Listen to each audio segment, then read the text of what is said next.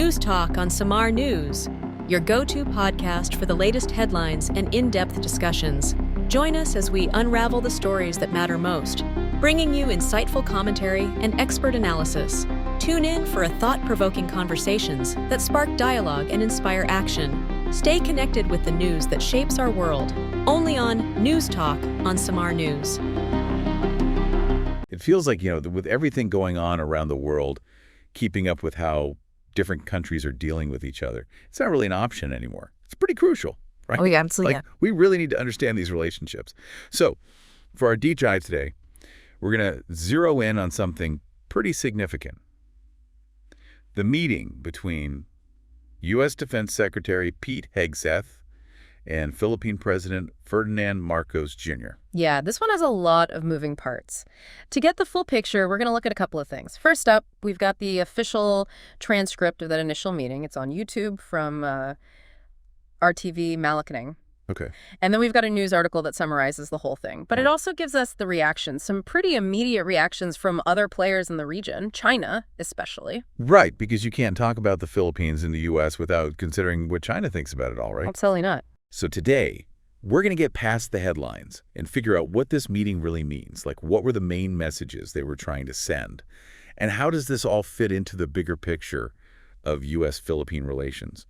Especially when you think about the whole South China Sea situation. Right. That's the big backdrop here. Okay, so let's rewind to the beginning, to that very first meeting between Hegseth and Marcos Jr. Well, both the transcript and the news report really emphasize how welcoming President Marcos Jr. was. He made a point of saying that this was Secretary Hegseth's first stop in the region. Oh, interesting. Yeah, and presented it as this, strong sign of commitment to peace and stability in the Indo-Pacific.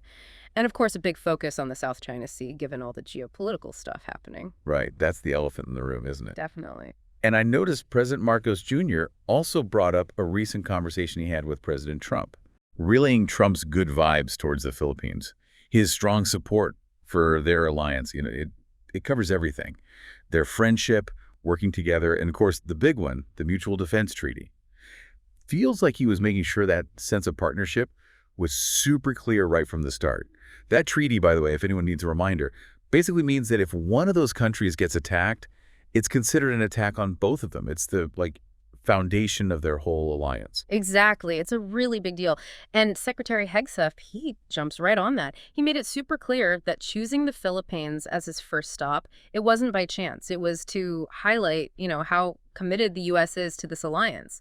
He also mentioned that he was planning to meet not just with President Marcos Jr. and their Defense Secretary Tito Boro, but also with U.S. troops who are stationed in the Philippines, which kind of emphasizes the ongoing military cooperation. Right. It's not just talk. There's action behind it. Exactly. But here's where it gets interesting, I think. Secretary Hegseth starts talking about this idea of peace through strength and the need for deterrence in the region. And he doesn't mince words. He specifically calls out the threats from the Communist Chinese. Yeah, he's not beating around the bush, is he? No. Not at all. Right. Pretty direct, right? Yeah, very direct. It definitely sets a certain tone. And then he goes on to really emphasize how important it is for the U.S. and the Philippines to be, shoulder to shoulder to prevent any kind of conflict and make sure everyone can keep moving freely in those waters.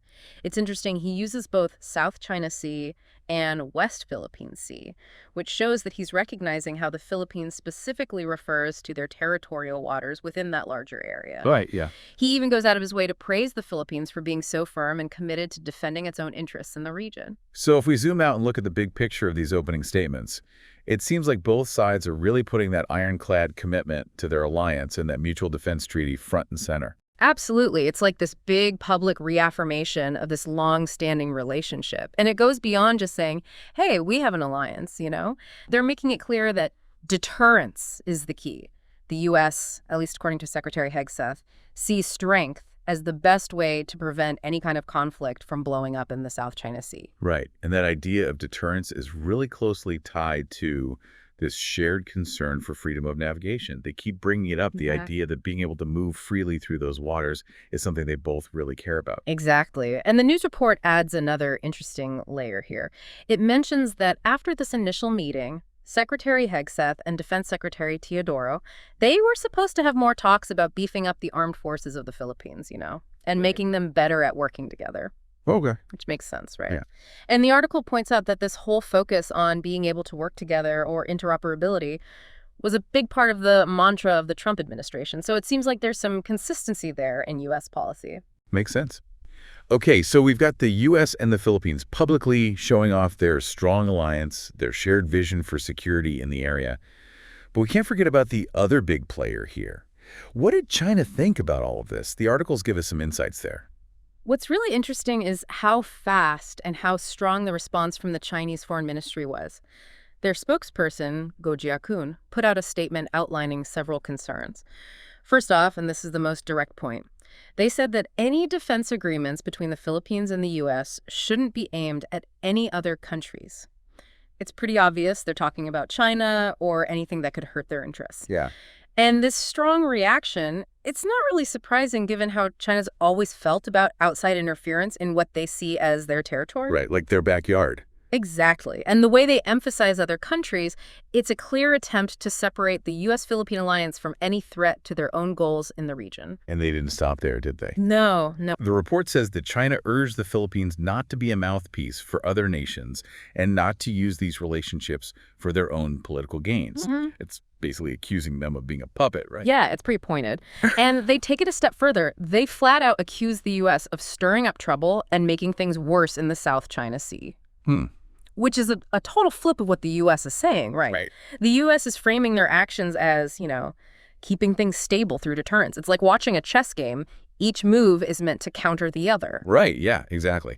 Hegseth is saying they have to do this to keep things stable, but China sees the U.S. presence and these alliances as the main reason things are unstable in the first place. And, this was interesting. The article quotes Go Jiakun saying that freedom of navigation in the South China Sea has never actually been an issue.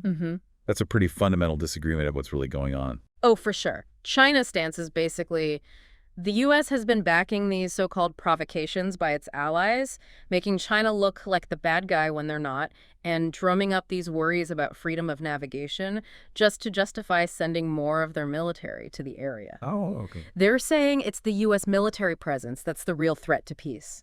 So from China's view, the U.S. is the one causing the problems, making up issues where there weren't any, and using this alliance with the Philippines to get what they want. Wow, that's a very different perspective. Totally. They even tell the U.S. to get over its Cold War mindset and stop creating divisions. And they tell the Philippines to be careful about creating instability and military confrontation with the U.S. backing them up. It's a pretty harsh judgment. They're painting a picture of the U.S. intentionally creating problems. Yeah. It's a really strong statement, and it fits with what we've been seeing from China regarding the U.S. role in the region. It highlights just how differently they see the power dynamics and who's really responsible for the tension. Right.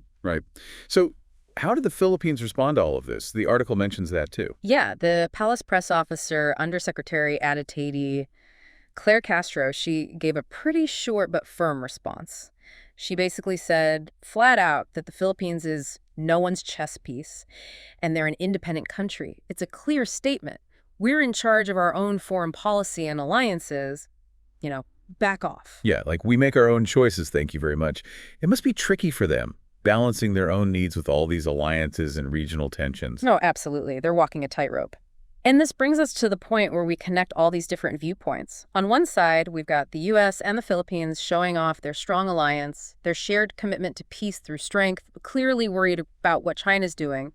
And then on the other side, you've got China convinced that the U.S. is the problem. They see the U.S. presence in all these alliances as the main cause of instability, and they're accusing the U.S. of starting conflicts. It's like they're looking at two completely different realities. It really is. And you mentioned earlier how the language they use is important, like South China Sea versus West Philippine Sea.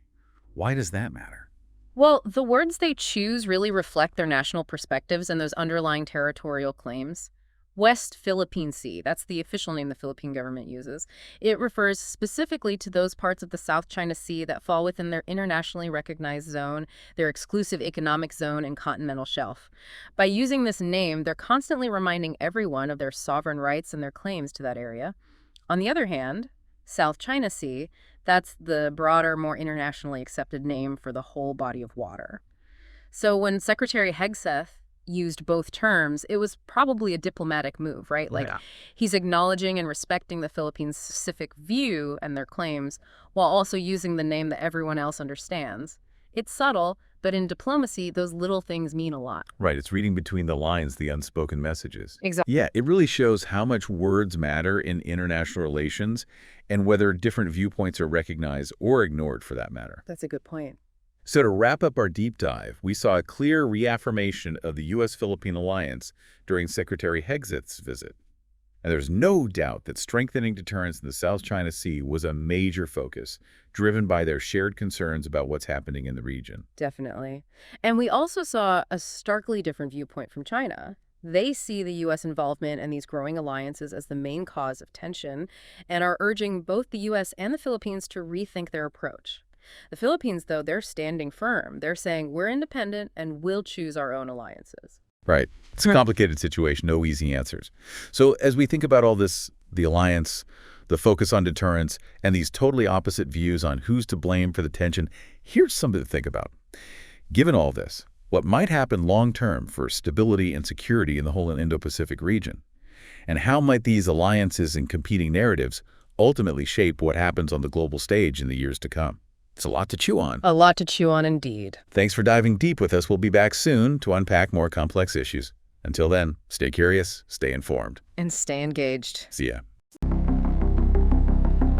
News Talk on Samar News, your go-to podcast for the latest headlines and in-depth discussions.